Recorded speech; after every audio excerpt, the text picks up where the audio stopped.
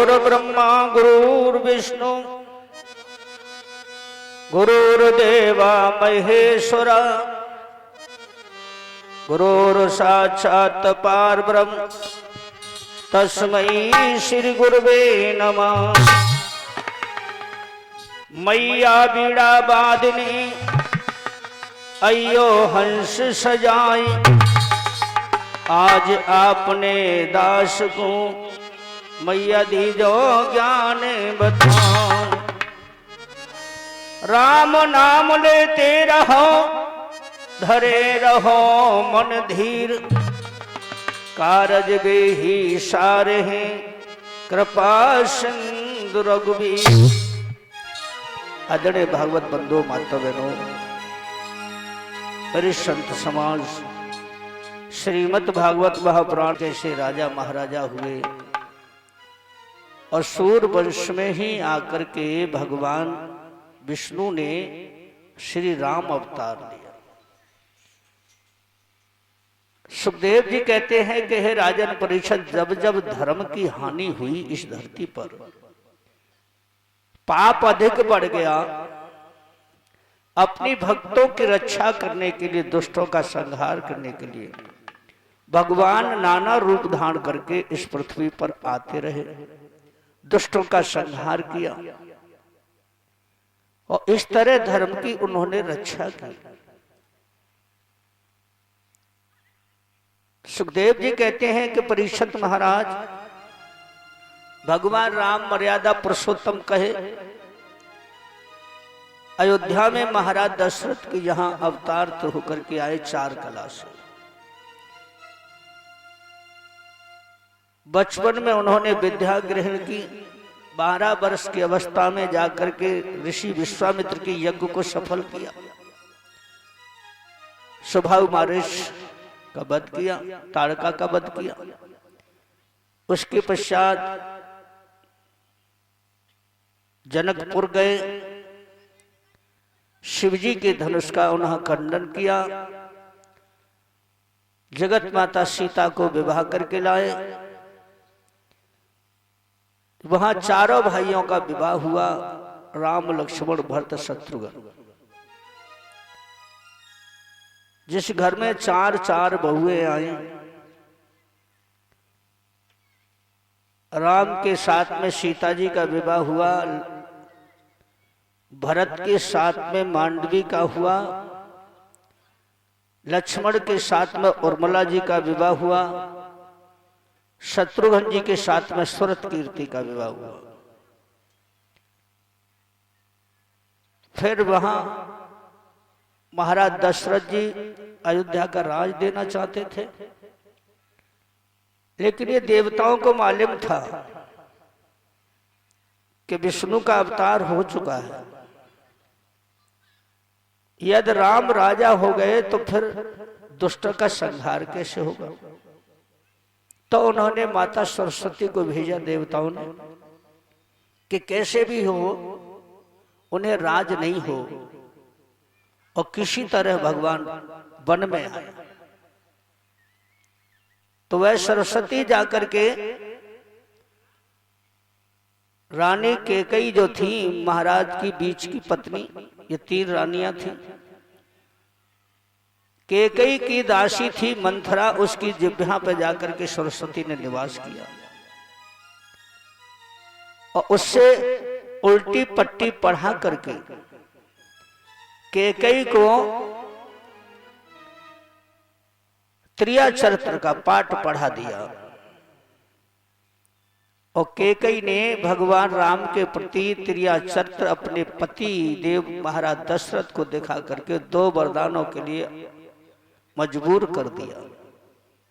पहले वर में अपने बेटा भरत के लिए राज मांगा, दूसरे में राम के लिए 14 वर्ष का वनवास मांगा। उस वनवास को पाकर के राम लक्ष्मण सीता वनों में आए।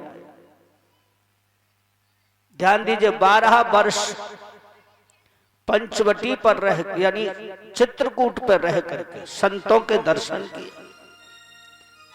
और वहीं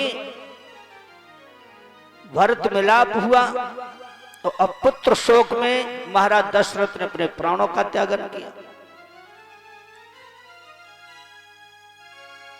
12 वर्ष चित्रकूट पर रहने के पश्चात 2 वर्ष रही।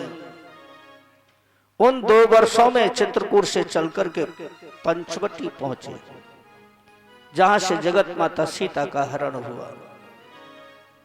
हरण होने के बाद में भगवान ने अपने भक्तों से, ऋषियों से मिलते हुए शबरी और गीधराज का उद्धार किया। फिर पुनः जाकर के सुग्रीव से मित्रता हुई, बाली का वध किया। फिर सुग्रीव की वानर की सहायता से भगवान सीता जी की खोज लगाई, पुनः लंका पर चढ़ाई की, समुद्र का सेतु बांधा। 400 कोस दूरी का फाट था।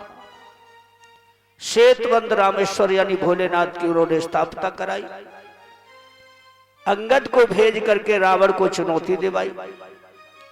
रावण ने अंगद की बात को स्वीकार नहीं किया। राम नहीं चाहते थे कि इसका विनाश हो, ये किसी तरह शरण में आ जाए और बह दे, सीता को हमें वापस दे दे तो निशाचर कुल बच जाएगा। लेकिन जब रावण के भाई विभीषण ने रावण को सलाह दी कि हे भाई, तुमने अच्छा नहीं किया, जगत माता सीता का हरण करके लाए और स्वयं भगवान नारायण से तुमने बैर किया है, इसलिए भलाई चाहते हो तो माता सीता को वापस करके उनकी संधि हो जाए। इतनी बात सुनने पर रावण ने लात मार के अपने भाई को अपने दरबार से निकाल दिया। तो वह विभीषण जा करके और भगवान राम की शरण में पहुंच गया। ये भी विभीषण को उनकी माता जो केकसी थी ना, उस केकसी माता ने कहा कि बेटा, जब तूने पहचान लिया है कि वो राम है, विष्णु के अवतार, तो ये हमें तो मालूम जाहिर हो चुका है कि निशाचर कुल का नाश होने ही वाला है। यदि तू भलाई चाहता है तो उनकी शरण में पहुंच जा, क्योंकि तू ही एक बचेगा। इस वास्ते विभीषण राम की शरणागति हुई। राम ने अपने बानर कटक के दल बीच बैठा करके और रेती लेकर के समुद्र की और राजअभिषेक उनका वहीं कर दिया, लंका का, अपनी सभा में। इस तरह राम रावण युद्ध हुआ। कितने उसके वीर थे, 1 लाख जिसके पूत थे, 1.25 लाख उनके नाती थे। एक अधर्म के पथ पे चले दशानन, उन्होंने पाप महाघोर किया। उसी वास्ते भगवान नारायण से बैर किया। सुखदेव जी कहते हैं, परीक्षित महाराज, इस तरह भगवान ने दुष्टों का संहार किया, धर्म की रक्षा की। 14 वर्ष के बाद पुनः सीता जी को लेकर के अयोध्या वापस आए। फिर से उन्होंने वहां अवध का राज किया, राम राज्य हो गया,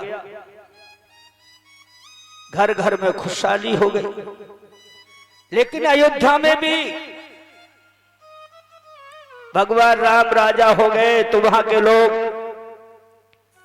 जो भगवान से सच्चे हृदय से प्रेम करते हैं, वह तो भगवान के अति प्रिय थे, और जो भगवान से घृणा करते हैं वो भगवान की निंदा करते हैं, राम की बुराई करते हैं।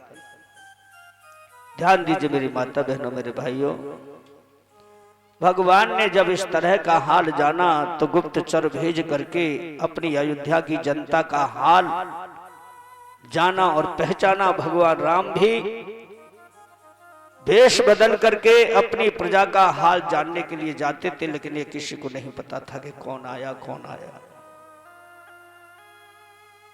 इस तरह अपनी जनता का हाल जाना अयोध्या का ही रहने वाला रजक धोबी, उसने अपनी पत्नी को देर रात्रि में आने से घर से बाहर निकाल दिया और कहा, हे कुंटा, तू मुझे राम समझती है? मैं राम नहीं हूं, तू व्यभिचारिणी है, पापनी है, जो इतनी रात्रि में तू आई है। बोली, हे स्वामी, मैं निर्दोष हूं, मैं कोई पाप नहीं किया, मैं भगवान राम को प्रसन्न करने के लिए उन्हें नृत्य दिखा रही थी। धोबी कहने लगा, वाह, उस राम के लिए जिसकी भार्या का पंचवटी से हरण हुआ, दशानन ले गया, और रावण जैसे पराक्रमी की लंका पे चढ़ाई करके राम ने उसके कुटुंब के सहित सबको मृत्यु के घाट उतारा, और उसे लेकर के अपनी अर्धांगिनी को वापस आए और राम ने अपना लिया। मैं वो राम नहीं हूं जो तुझे घर में रखूं, जा उसी के पास। इस तरह कह के उसे फटकार दिया। गुप्तचर ने जाके समाचार भगवान श्री राम को बताया। राम ने ऐसा जाना कि यदि एक धोबी हमारी अयोध्या में हमारी बुराइयां करता है, हमारी पत्नी को दोष लगाता है, हमको दोष लगाता है, तो अन्य लोग और जाने क्या क्या बुराइयां करते होंगे। तो उन्होंने धर्म के, राज्य के धर्म बंधन बंध के, क्योंकि वो राजा हो गए, और राजा वही होता है जो प्रजा की बात को मान करके उसका न्याय करे। हे परीक्षित महाराज, ऐसे भगवान राम जिन्होंने मर्यादा पुरुषोत्तम कह के हम जैसे लोगों को प्रेरणा दिया, मानव लीला खेली, भाई का कर्तव्य क्या होता है, पुत्र का कर्तव्य क्या होता है, पत्नी का कर्तव्य क्या होता है, नारी का कर्तव्य क्या होता है, उन्होंने हम जैसे सबको मानव लीला खेल करके वह पाठ पढ़ाया, नीतियां सिखलाई। आज वही राम ने धर्म के बंधन बंध करके अपनी अर्धांगिनी को उन्होंने लक्ष्मण के द्वारा वनवास भेज दिया। बोलिए रामचंद्र भगवान की। इतना बड़ा त्याग राम जैसा कोई नहीं हुआ कि जिस समय राम के लिए वनवास कैकेयी ने मांगा था, यदि उस बात को न रखते तो वो राजा उसी समय हो जाते। पिता माता का और पुत्र का मतलब ही क्या रहा फिर? आज किसी बेटा से कोई बाप कहे, जा तेरी शादी हो गई, पढ़ा लिखा दिया, अब तू अपनी पत्नी को छोड़ जा, यहीं चला जा, नौकरी कर कहीं बाहर जाके, अच्छा सा पैसा ला कमा के। वो बेटा आज इस कलयुग में इतना प्रभावी हो गया कि जिस माँ बाप ने पढ़ाया लिखाया, सारी दौलत उसके नाम कर दी, फिर वही बेटा अपने माँ बाप पे ठोकर मारता है। ध्यान दीजिए मेरी माताओं, मेरे बहनों और मेरे बुजुर्गों, धिक्कार है, धिक्कार है ऐसी उस संतान के लिए जो अपने माता पिता में, अपने भाइयों में ठोकरें मारे। ऐसी औलाद तो जन्म लेने से पहले ही मर जाए तो ही अच्छा है। जिस मां बाप ने, परीक्षित महाराज इधर ध्यान करो,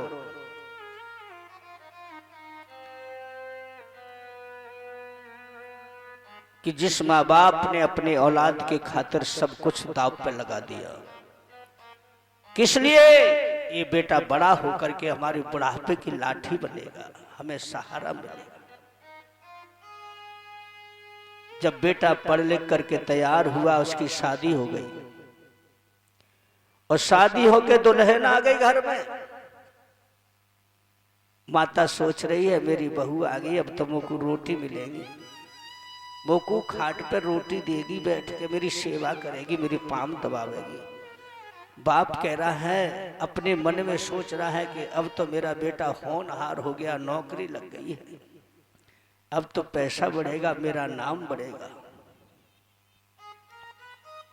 लेकिन वही संतान जिसको परीक्षित महाराज हम 20 वर्ष में पढ़ाया लिखाया सब कुछ दिया, लेकिन हम उसको अपना नहीं कर सके। सोचिए मेरे बड़े बूढ़े में क्या कह रहा हूं, हमने वो पढ़ाया लिखाया समझा दिया और उसके पीछे हमने जमीन जायदाद भी बेच दी, किस लिए कि बेटा हमारा बुढ़ापे की लाठी बनेगा। 20 वर्ष उसकी इतनी मेहनत की कि उसे सर्विस नौकरी पे लगा दिया, शादी कर दी बड़ी धूमधाम के साथ, लेकिन हमने वो पाठ उसे नहीं पढ़ा के अपना कर पाया। जिस उसकी पत्नी आते ही, उसकी पत्नी ने आते ही 15 दिन भी नहीं हुए तो अपनी मुट्ठी में उसको कर लिया, जो हम तुम नहीं पढ़ा सके। सोचिए ये क्या है, ये घोर कलयुग होने जा रहा है। जिस बाप ने उम्मीदें लगाई थी कि हमारा बेटा हमारे लिए नाम कमाएगा, जो नौकरी लेकर के आता है तनख्वाह, माँ बाप दरवाजे पे खड़े, मेरा बेटा आ रहा है, 100 रुपया हमको भी मिलेगा, लेकिन वो आया सीधा, पत्नी छर्जे पे खड़ी है, ऊपर नीचे माँ बाप हैं, आस लगा रहे हैं कि हमें कुछ खर्च के लिए दे जाएगा, लेकिन जैसे ही बाने ऊपर को निगाह डारी, आंख ही आंख ने में कह दी सीधो ही चलो आइयो, तो बाना माँ बाप की तरफ देखो, वह बेचारे अपना समूह लेकर के खड़े हैं, वो सीधा चला गया और जो भी कुछ मिला और जाके दे दिया, ले रख ले। फिर भी वो कह रही है, इतना सब कुछ लेने के बाद भी तुम्हारे माँ बाप दरवाजे पे मिले? बोले हाँ दरवाजे पे खड़े। अवश्य तुम अपने पिता को कुछ न कुछ दे के आए होंगे, पिता को नहीं दिया होगा तो माँ को दिया होगा। बोले भगवान मैंने जो कुछ मिला सो तुझे दिया। बोले झूठ बोल रहे हो, इतना और कुछ मिल रहा है उससे सुनने के लिए। ये कलयुग है। राम जैसा बेटा, लक्ष्मण जैसा भाई, भरत जैसा भाई, शत्रुघ्न जैसा भाई और दशरथ जैसा पिता है कहां? सोचिए मेरी माता बहन। बोलिए रामचंद्र भगवान की जय। अब मैं आप सबसे, सरयू में आत्मसमर्पण कर गए, पृथ्वी में समा गए, सीता जी पहले समा गई, लक्ष्मण भैया उसके बाद में गए, ध्यान दीजिए, और ये उनके भक्त भी ही उनके साथ जो गए हैं, भगवान मर्यादा पुरुषोत्तम विष्णु का रूप धारण करके पृथ्वी में समाने से पहले उन्होंने सभी अयोध्या वासियों को दर्शन दिलाया और जामवंत और हनुमान जी को रोक दिया कि तुम्हें मेरे साथ नहीं जाना, तुम्हें तो अभी रुकना है। हनुमान जी से कहा तुम्हें कलयुग तक रुकना है, जहां भी मेरे नाम की हवन यज्ञ हो उस यज्ञ को संपन्न कराना है और गदा लेकर के चौकीदार बन के तुम्हें रहना है। ये हनुमान को आदेश दिया और जामवंत से कहा कि तुम्हें मुझे अगले जन्म में, अगले अवतार में, द्वापर में मुझे जरूरत पड़ेगी, आपको द्वापर तक रहना पड़ेगा। जामवंत को द्वापर तक रोक दिया। बोलिए भक्तवत्सल भगवान की। ध्यान दीजिए मेरी माता बहनों भाई,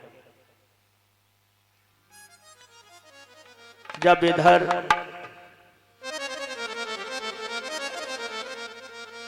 लक्ष्मण जी जब सरयू में प्रवेश किया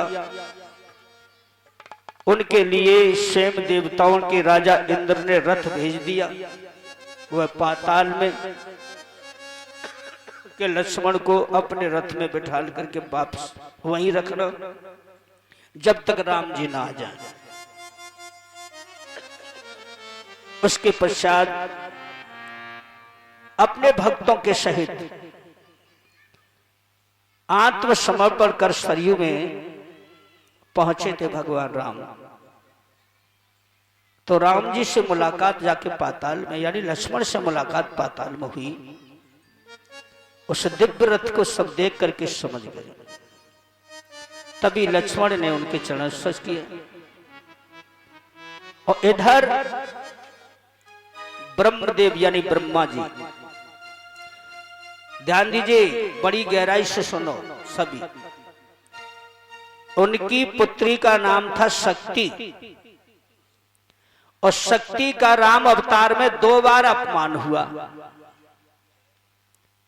अब ध्यान दीजिए, ब्रह्मा की पुत्री शक्ति मेघनाथ पे कैसे पहुंची, यानी मेघनाथ पे शक्ति कैसे पहुंची परीक्षित महाराज? उसी शक्ति का प्रहार किया था जो लक्ष्मण का हृदय फाड़ा था। लेकिन जिस समय ये मेघनाथ इंद्रजीत कैसे कहलाया, उसने देवताओं की तपस्या अनुसार वरदान प्राप्त किए, इंद्र पे चढ़ाई की, सभी देवताओं को परास्त करके इंद्र को बांध करके और अपने लंका में ले गया था। तब देवताओं का राजा ही बंदी हो गया। तो उन्होंने ब्रह्मा जी से विनय किया कि भगवान, यदि राजा ही न रहेगा तो हम प्रजा भटक जाएगी, किसी तरह हो आप हमारे राजा को और मेघनाथ से मुक्ति दिला करके हमें वापस दे दो। तब स्वयं ब्रह्मा जी लंका गए। जो बंदी से उसे कारागृह में डालना चाहते थे, तो मेघनाथ को दर्शन दिया। ब्रह्मा जी ने कहा, हे वक्ष, तेरी वीरता से मैं बहुत प्रसन्न हूं। पिता में ब्रह्मा को 3 बार इंद्रदेव यानी इंद्रजीत ने रावण के पुत्र मेघनाथ प्रणाम किया और कहा, हे पिता में, आप किस कारण आए हो? भाई हम तो देवताओं के शत्रु हैं और तुम देवताओं के रक्षक हैं। मेरे पास लंका में आने का क्या उद्देश्य है तुम्हारा? बोले, हे इंद्रजीत, आज से तू इंद्र को जीतने वाला, तेरा नाम इंद्रजीत होगा और तू इंद्र को मुक्ति दे दे मेरे कहने अनुसार, और जो तुझे चाहिए सो तू मुझसे ले ले। तब इंद्रजीत ने अपना नाम पा लिया। मेघनाथ ने इंद्रजीत पिता में ब्रह्मा जी से, और ब्रह्मा जी ने यह वचन दे डाला है कि तू मुझसे जो भी इच्छा हो सो मांग। वो हंस करके बोला, पिता में, मेरे पास सब ताकत है, मुझे किसी चीज की जरूरत नहीं। आप आए हो कष्ट करके मेरे पास, जो संसार तुम्हारे पास जाता है, तुम मेरे पास आए हो, तो तुम्हारी बात को मैं उल्लंघन नहीं करूंगा। तुमने मुझे नाम दे दिया, यही मेरे लिए बहुत है कि आज मैंने इंद्र पे जीत तो ली। इसलिए मैं तुम्हें इंद्र को वापस करता हूं, ले जाइए। इंद्र को मुक्ति दे दी, छोड़ दिया। ब्रह्मा जी ने चलते समय कहा, हे वक्ष, तूने इतना बड़ा उपकार किया है, इंद्र को छोड़ा है, इस खुशी में मैं तुझे अपनी शक्ति प्रदान करता हूं। इसको ले और तेरे समय काम आएगी, लेकिन एक ही बार चलेगी ये, और फिर ये वापस मेरे पास पहुंच जाएगी। बोलिए ब्रह्मदेव भगवान की जय हो। इस तरह ये शक्ति इंद्र के बांधने वाले कौन, मेघनाथ, उसके पास पहुंचे। लेकिन 2 बार अपमान हो चुका। आज वही शक्ति कहती है, क्योंकि वो वापस पहुंच गई थी अपमानित होकर।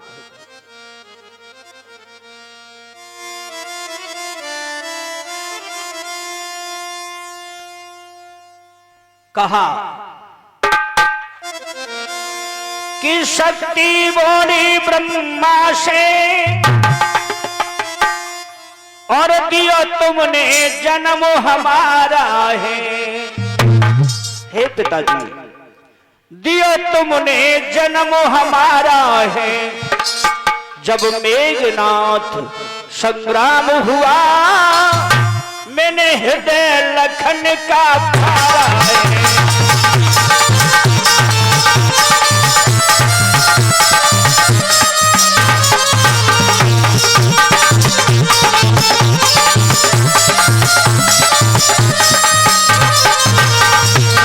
हे पिताश्री, मेरा प्रहार लक्ष्मण के ऊपर किया और मैंने लक्ष्मण के हृदय को भेद दिया। नहीं मरने में कुछ कसर रही, तन छूटा खून फुवारा है। जब द्रोणागिर को लाए थे, पहली भयो पवन कुमारा है।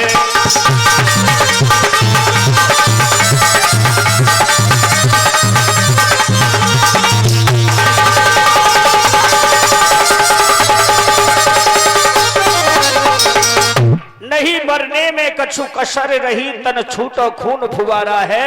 जब द्रोणागिर को लाए थे, बैरी भो पवन कुमारा है। मेरा वहां घोर अपमान हुआ और मैं किस तरह बदला लक्ष्मण से लेना चाहती हूं, और जब तक मैं बदला नहीं ले लूंगी पिताजी, मैं शांत नहीं होने की। इतनी बात सुनी तो उन्होंने कहा, है बेटी, लक्ष्मण से तुझे बदला लेना है? बोले हां, मेरा घोर अपमान किया है। ब्रह्मा जी कहने लगे, सुन बेटी धर ध्यान, जन्म दूसरो तू लियो, मैं देता हूं वरदान। यह तुझे बदला लेना है लक्ष्मण से, इसके लिए तुझे जन्म दूसरा लेना पड़ेगा। इस जन्म में नहीं ले पाएगी तू बदला। तो पिताजी, मुझे जन्म पे जन्म क्यों ना लेने पड़े, बदला लेकर के ही मानूंगी।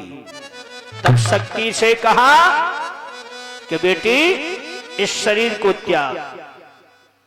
कि शक्ति बाणासुर घर जइयो, लक्ष्मण के संग विवाह रचइयो, और लीजो मेरी मान रे। पति अपने को तू मारेगी, तुए मारेंगे हनुमान रे। शक्ति बाणासुर घर जइयो, लक्ष्मण से जाए विवाह रचइयो, लीजो मेरी मान रे। पति अपने को तू मारेंगे, तुए मारेंगे हनुमान रे।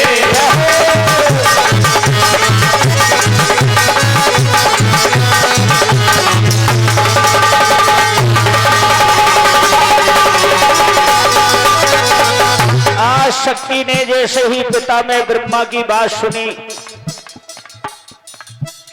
और अपना शरीर का उसी क्षण त्यागन किया। ध्यान दीजिए माता बहनों, मेरे भाइयों, इतनी सुन के बात पिता की, शक्ति वहां से धाई है। अरे सुन के बात पिता की, शक्ति वहां से धाई है। अरे बाणासुर घर जन्म लियो, जब सुध रघुवर को आई है। अरे बाणासुर घर जन्म लियो, जब सुध रघुवर को आई है। इधर शक्ति ने बाणासुर के या सोनतपुर में जन्म लिया, कन्या रूप में। लेकिन गौर कीजिए, सोड़तपुर में खुशियां छाई, सोड़तपुर में खुशियां छाई, शक्ति नाम दयो धरवाई, शक्ति नाम दयो धरवाई, करते वेद बखान रे, पति अपने को तू मारेगी, तू मारेगी हनुमान रे।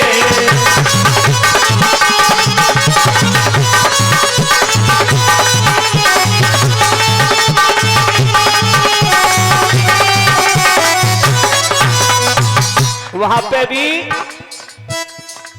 शक्ति ही नाम पड़ो वाको। बाणासुर बहुत प्रसन्न है अपनी सुंदर सी कन्या को पाकर। इधर भगवान जब लक्ष्मण से जाके पाताल में मिले तो उन्हें वो बात ध्यान आ गई ब्रह्मा जी की।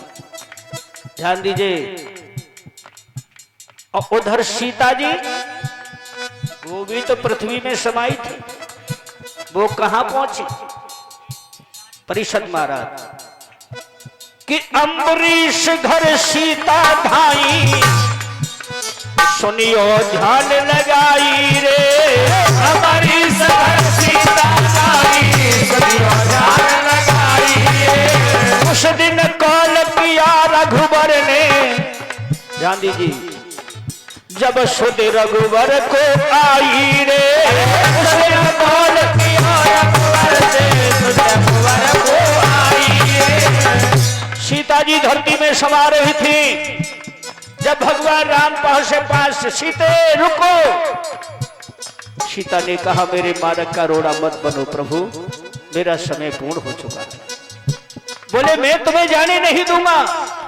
तब सीता जी ने कॉल किया था, अब तो मैं जा रही हूं, जब तुम्हारा समय हो तो तुम सीधे पाताल चले आना और मैं राजा अम्बरीश के यहाँ आपसे मेरी भेंट हो जाएगी। लेकिन सीता जी ने कह दिया अकेले मत आना, मेरे पुत्र जैसे देवर लक्ष्मण को भी साथ लेके आना। बोलिए सीता मैया की। अम्बरीश के यहाँ सीता जी पहुंच गई और पुत्री रूप में वहां रहती हैं। और इधर राम कहे सुन लक्ष्मण भाई, राम कहे सुने लक्ष्मण भाई, घूमे मृत्यु लोक में जाई, घूमे मृत्यु लोक में जाई, होकर अंतर ध्यान रे। पति अपने को मारेगी, तो मारेगी हनुमान रे।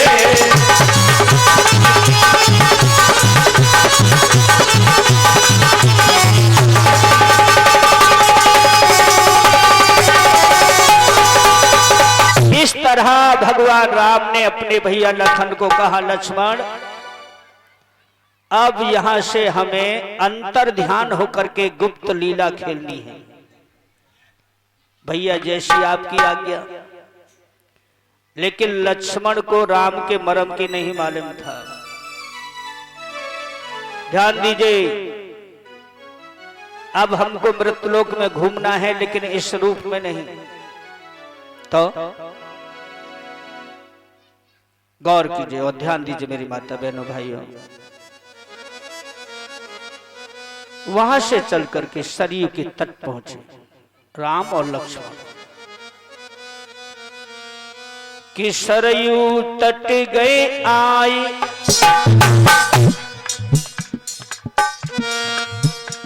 कि सरयू तट गए आई, के ध्यान लगाए बने सन्यासी। महात्मा बन गए दोनों भाई। रहे ओम नाम ये उच्चार रे, आपू अरे अविनाशी। रहे ओम नाम उच्चार रे, है आपू अरे अविनाशी।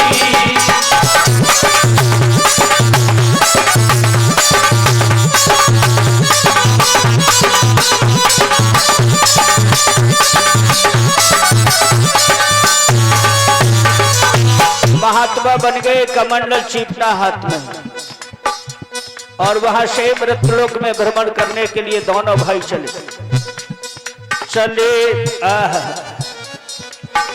अरे चले लखन जी सात कमंडल हाथ, हसे कैलाशी लख देव रहे हर साई रे, लख दौन की बुआ की, लख देव रहे हर साए रे, लख दौन की जाकी।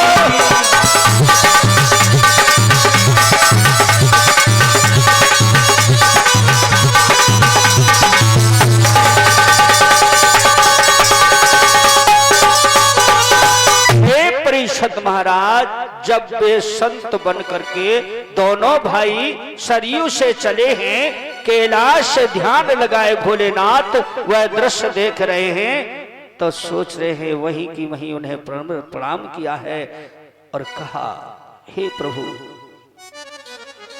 अब ये सन्यासी रूप आपने धारण किया है, अब कौन सी लीला बाकी रही है जिसे आप खेलने के लिए जा रहे हैं। भगवान राम ने भोलेनाथ का दर्शन किया और कहा, भैया लक्ष्मण, हाँ भैया, भोलेनाथ हमारी प्रतीक्षा करें, उन्हें दंडवत कीजिए। दोनों भाइयों ने उन्हें दंडवत किया, लेकिन भगवान के मर्म नहीं जाना। अब वहां से चले हैं दोनों भाई। गौर कीजिए माता बहनों भाइयों बुजुर्गों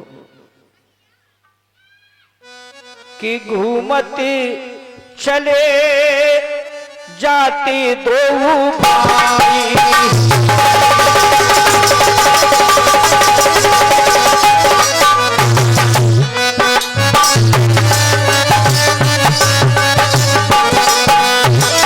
ध्यान दीजिए,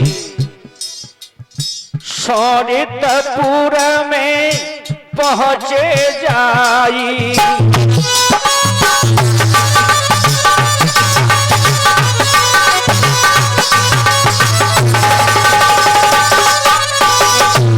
चल करके बाणासुर की नगरी पे प्रवेश किया तो क्या देखा, बाणासुर की बगिया पाई। बड़ा सुंदर बगीचा था, हर प्रकार के उसमें फल वृक्ष लगे थे। चारों तरफ निगाह डाली, कोई नजर नहीं आया। राम ने कहा, भैया लक्ष्मण, सूर्यास्त होने वाले हैं, अब यही जगह अच्छी है, चलो बगीचे के अंदर अब धुनी लगाएंगे। ध्यान दीजिए, जाके धुनी तब तुरंत लगाई,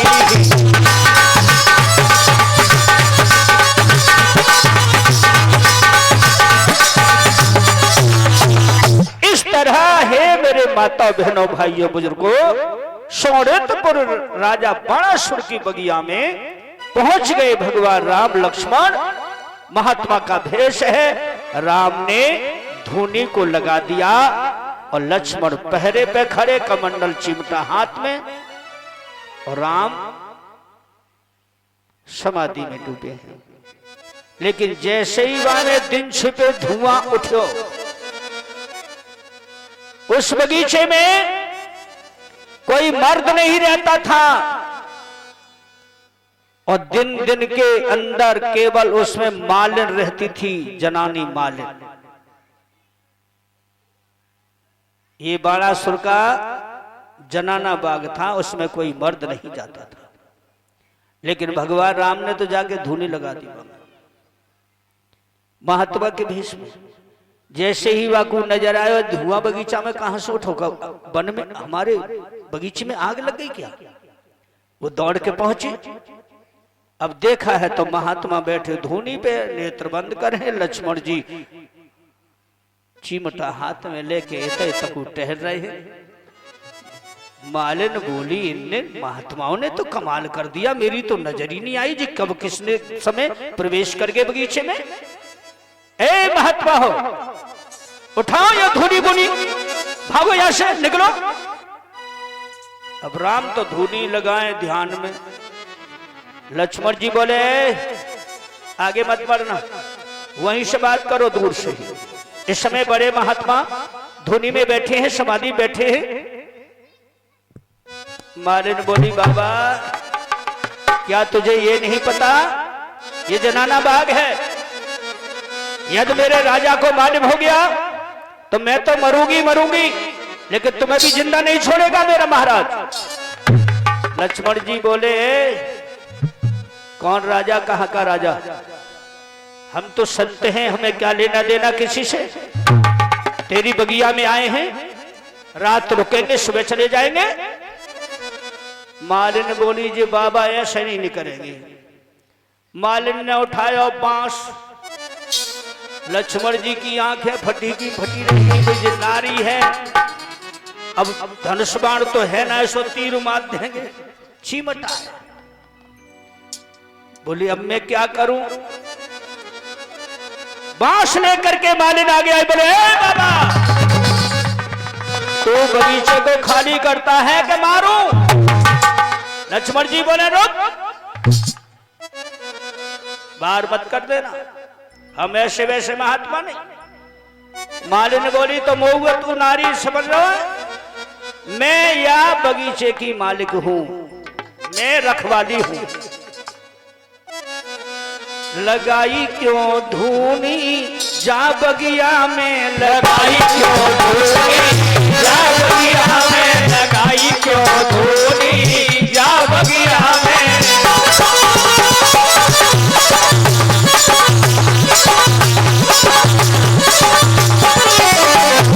बाबा नहीं हो मोए तुम दीखत, बाबा कपटी मोए तुम दीखत, बाबा कपटी।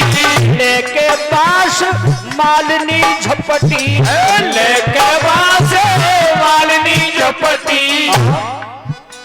बने क्यों भूमि जाई बगिया में, लगाई क्यों धूनी जा बगिया में।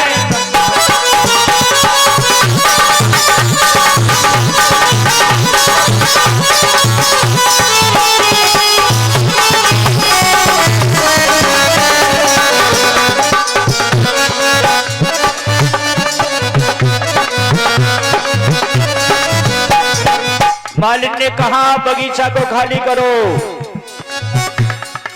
हे बाबा तुम महात्मा नहीं हो, अवश्य तुम कपटी हो, कपटी। ना तुम जाना बाग जनाना, ना तुम जाना बाग जनाना। जल्दी होना परे रवाना, जल्दी होना परे रवाना। बढ़े रारी धूनी जा बगिया में, लगाई क्यों धूनी जा बगिया में।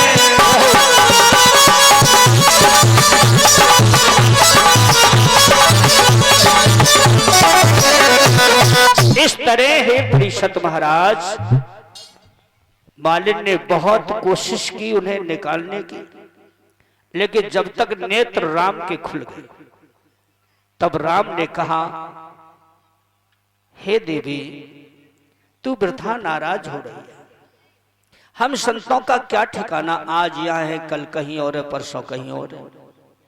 बोले बाबा इस बगीचे को खाली कर दो, मैं आपके हाथ जोड़ती हूं। भगवान ने कहा अब तो चाहे कुछ भी हो जाए, जब एक बार संत की धुनी लग जाए फिर तो शांत होने के बाद ही वो धुनी प्राम देती है।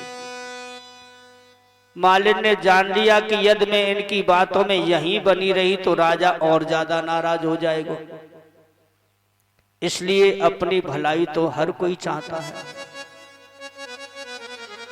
तभी वह दौड़ करके और राजा बाणासुर के पास पहुंची। मालिन आई दौड़ के बाणासुर के पास, नाथ जनाने बाग में दो साधु कर रहे पास। महाराज मुझे क्षमा करना, मेरी जरा सी देर के लिए नींद लग गई आंखों में। दो महात्मा आए, बहुत सुंदर है। उन्होंने बगीचा में धूनी लगा दी है। मैंने उनको बहुत समझाया। वो कहते हैं कि अब हम नहीं जाएंगे, हम सुबह ही बगीचा को खाली करेंगे। बाणासुर कहने लगा, कहाँ है वो, चलो मैं भी चलता हूं। कि बाणासुर चल गया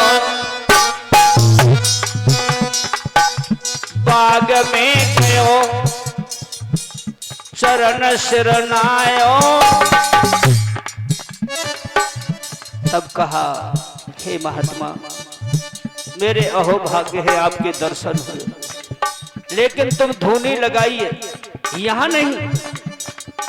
तुम चलो महल मेरे साथ जी, तुम चल के वही विरमाओ।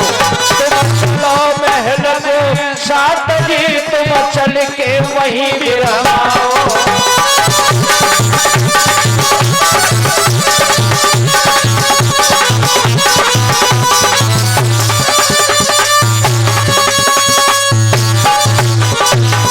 हे महात्मा जी, मेरे घर चलिए, आपकी मैं सेवा करूंगा, जो चाहिए वो दूंगा।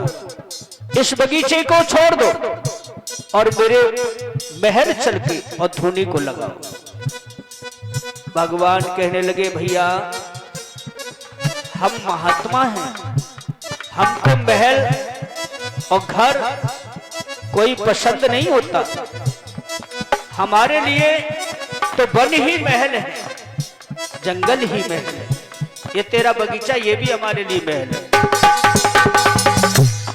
बोले, तुम नहीं जानते हो बाबा, इस बगीचे में रात्रि को कोई नहीं रुकता। बोले, क्यों नहीं रुकता, क्या बात है पिता मेरे से बैर। बाणासुर कह रहे, मेरे पिता से पुरानी रंजिश चली आ रही है। किससे? राक्षसों से। है पिता मेरे से न जानो कर देते यहाँ आए। नहीं बचे रात में प्राण रे वह स्वर्ग लोक पटावे। नहीं बचे रात में प्राण रे वो स्वर्ग लोक पटावे।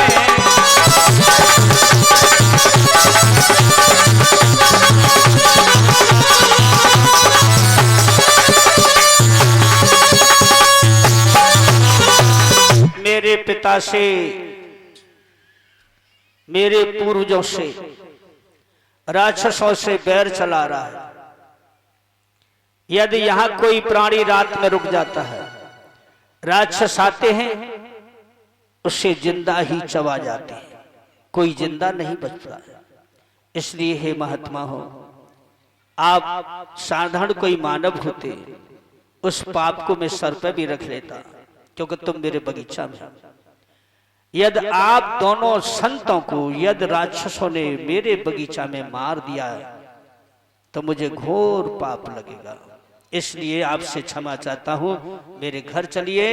इतना सुना राम जी ने कहा, भैया आप अपने घर जाओ, भला हमारा उनसे क्या बैरादाव है, हमसे क्या दुश्मनी है। आएंगे वो तो चले जाएंगे, हमारा क्या ले जाएंगे। बाणासुर ने बहुत कहा, लेकिन राम ने नहीं माना। राम तो लीला खेल रहे हैं, लक्ष्मण पहरे पे। अब लक्ष्मण मन में सोच रहे हैं कि ये बाणासुर है, नगर अपने जाने की कह रहा है और भैया कह रहे हैं कि नहीं जाएंगे। रात में राक्षस आए तो उनसे सामना मुझे करना पड़ेगा, लेकिन मेरे पास तो धनुष बाण है नहीं, है कमंडल चिमटा जा कौन कौन में मारे हम। लक्ष्मण जी मन में सोच रहे, राम जी ने तो कह दिया, अब तो वो मारे या छोड़े, हम तो यहीं रहेंगे। बाणासुर ने जान लिया कि ये तो पाप मेरे सर लग गया। बाणासुर महलन गयो, सोए गए श्री राम। पहरे पे लक्ष्मण हुए शिकर में चिमटा था। उनका बचपन से ही राम की सेवा करना था। बाणासुर के जाने के बाद अपनी माला को विराम दिया और राम जी कहते हैं लक्ष्मण अब तुम जानो, मैं आराम करता हूं। हाँ भैया आप करो आराम। ध्यान दीजिए परीक्षित महाराज, पहरा दे रहे हैं लक्ष्मण जी, राम जी सो रहे हैं। आधी रात्रि का समय हुआ। जैसे ही आधी रात हुई और एकदम से वह राक्षस आए। उनका रोजीना का काम था कि आधी रात जब भई आवाज ये कथी, असुर ने आए के एक राक्षस आया। पहरे पे लक्ष्मण खड़े। राक्षस पहले तो देख के हंसो, बोलो बड़ी दिनन की भूख लगी, आज तो जी दोनों ऐसी हत्या करता है, इन्हें खाके में भूख मिटा लूंगा। राक्षस हंस रहा है। लक्ष्मण जी ने देख लिया, तैयार हो। आधी रात जब भी आवाज दई, असुर ने आए के लक्ष्मण से कहने लगे रे, बाग में जब वो आए के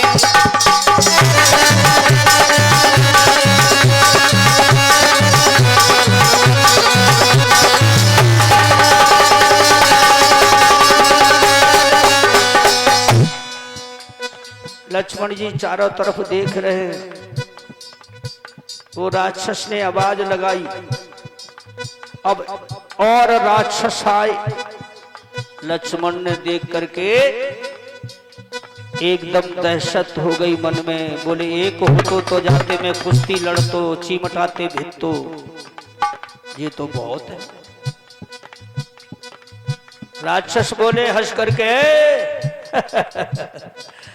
थोड़ा थोड़ा सा हिस्सा आएगा, सब झुक तो नहीं पाएंगे। चलो तुम आगे हो तो ऐसा ही सही। एक बोलो रुको, पहले इनसे बात कर दो, ये कौन है? क्या तुम्हें ये नहीं पता? ये है बैरी को बाग, हमारे दुश्मन का ये बगीचा है।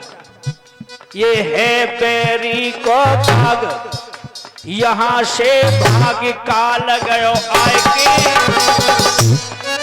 चारे झोली झंगा चिमटा बाबा ले जाए आज छिड़ाए के।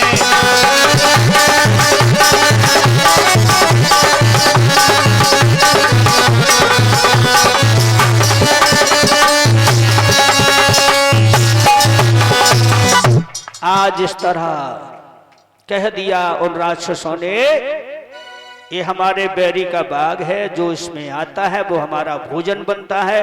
अब तुम दो दो हो, चलो तुमसे नंबर लगाते हैं। एक बोलो भाई हिस्सा बांट करके खाइयो। अब राम जी की निंदा तो खुल गई, पर उठ के बैठे नहीं भाई। देख रहे हैं लक्ष्मण क्या करेंगे। ध्यान दीजिए मेरे भाइयों, राक्षस आगे बढ़े। लक्ष्मण जी संभल के तैयार हो गए, चिमटाए, कबू ये तकू पकड़े, कबू ये तकू पकड़े। वो अब्बू का कहो थोड़ी कर, बाण तो कहे करते भाई, चिमटा है। ध्यान दीजिए माता बहनों भाई,